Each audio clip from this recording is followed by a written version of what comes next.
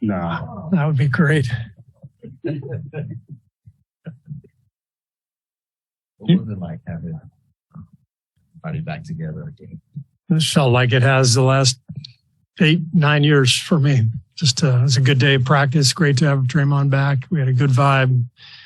We put in a hard day's work, a lot of contact work.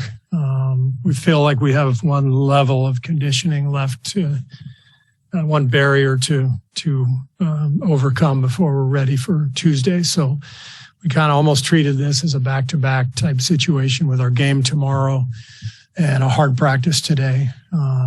So we got a lot done. It was a good day. Do you expect Clay and Draymond to play tomorrow? Clay will play. Andre's not going to play. Draymond, though, will? Oh, Draymond will. Yeah. Okay. I'm sorry. Expected starting lineup tomorrow then? Yeah. With Clay and Steph Clay. Jordan off the bench. Yeah. Gotcha. Steve, how was the integration of bringing Draymond back in today? There's literally nothing to report. We've been here so long. We just practiced and everybody was there. So follow up to that, because I didn't get to ask you the other night, but we all know Draymond's history with this team, just being just a pillar of this run. How much of that went into the decision to integrate him back in as fast as you guys did this time around? I think what I said the other night,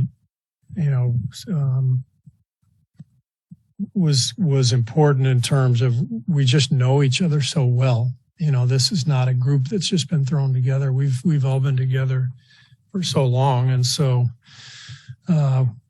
as I said the other night, with all the discussions we had, we factored in the continuity and how well we know each other, and we made the decision, and then we move forward.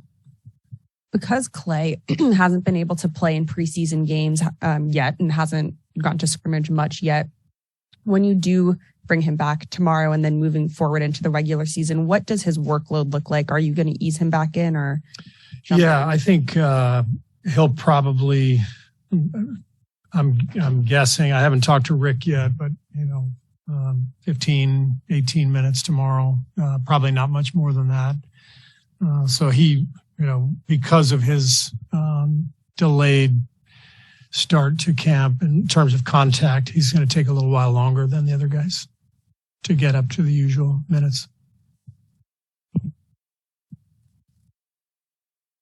Last year you started 18-2. I don't know how much of that was plannable, but coaching. Yeah.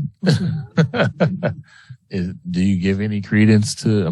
Do you think about hot starts, and you guys had Japan and all this? Is that even possible to focus on that? I think every year feels a little different, and I thought last year you could feel it coming based on the way the previous year ended, 15-5 down the stretch. A great exhibition season last year, going 5-0, whatever it was, but not just the record, but it felt like our guys had something to prove, like they were trying to get back to where we belonged. And so there was a sense of urgency last year. And this year's different because we're the defending champs and it's a short summer. And then, just our unusual camp with the overseas trip and everything that happened this week. So it's a different vibe this week. I don't know what's going to happen, but it is a different vibe, but it should be. We're a different team.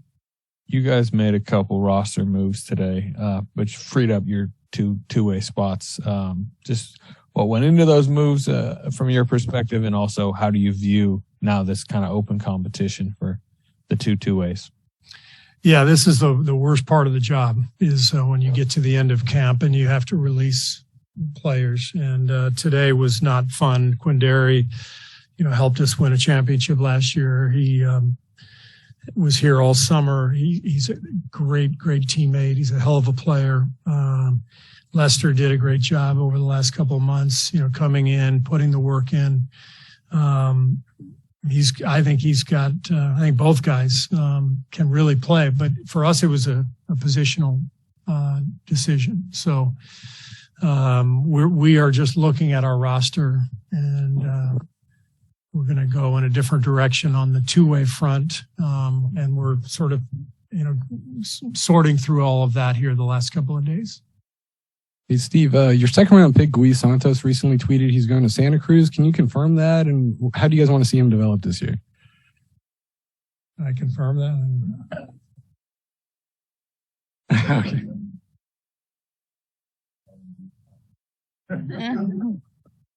Maddie? Oh yeah, sorry. How are you looking at now going forward to fill those two-way spots?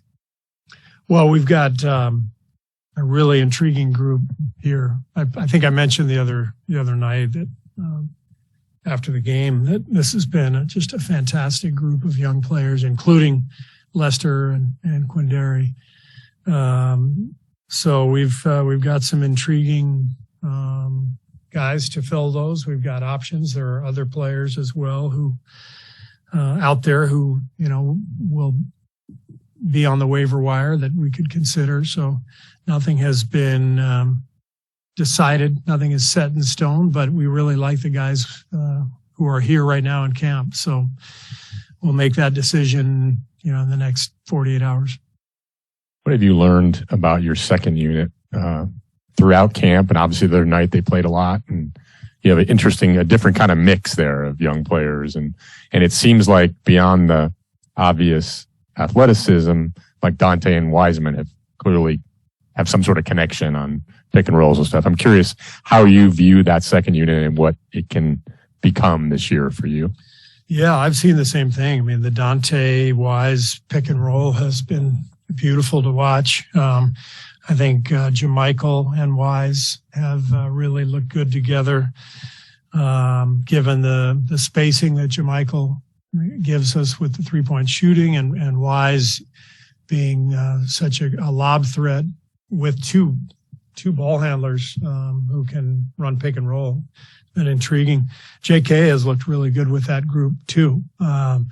So it's exciting. We got a good crop of young guys, and Clay's absence has affected our ability to kind of explore different combinations, that we would look at with that second group. But I imagine we'll be doing that early in the regular season and figuring some things out.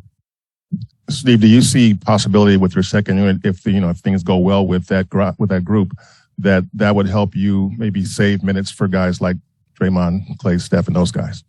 Yeah, I mean that's kind of the dream. That's what you really want, is to have a potent second unit that can not only just hold the line but can do some real damage and create separation. When that happens, then you're able to extend that run a little bit longer.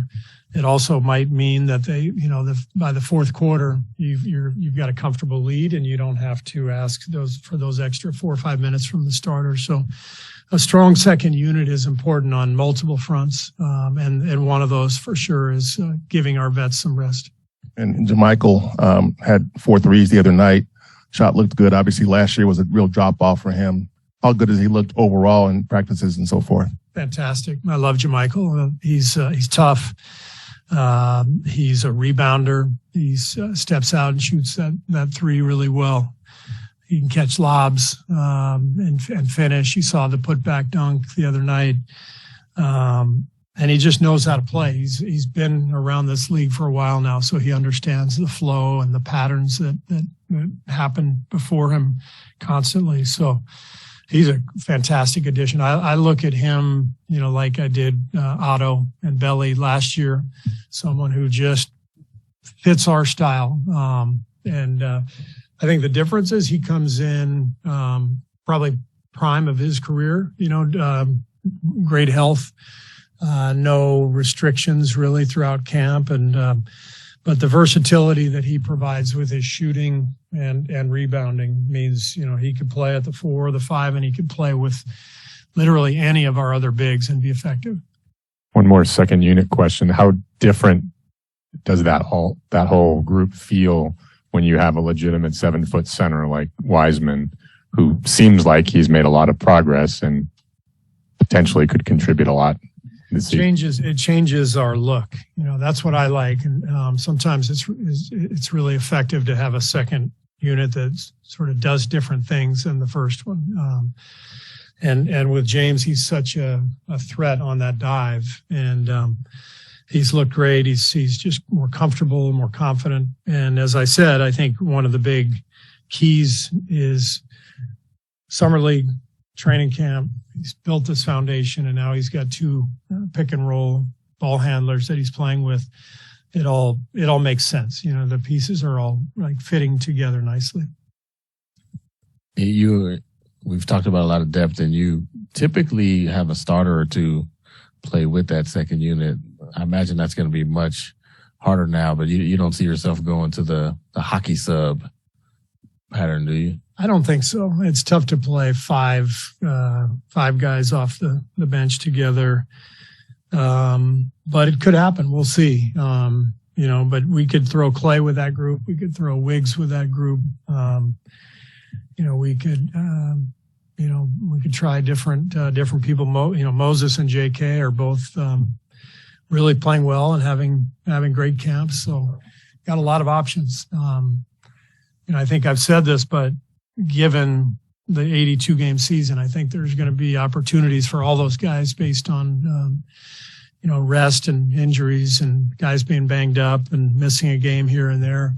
Everybody will get their chance, but we got a lot of people who are ready to play and not enough minutes for them.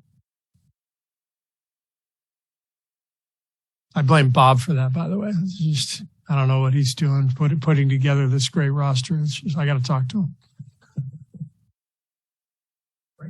Thank you.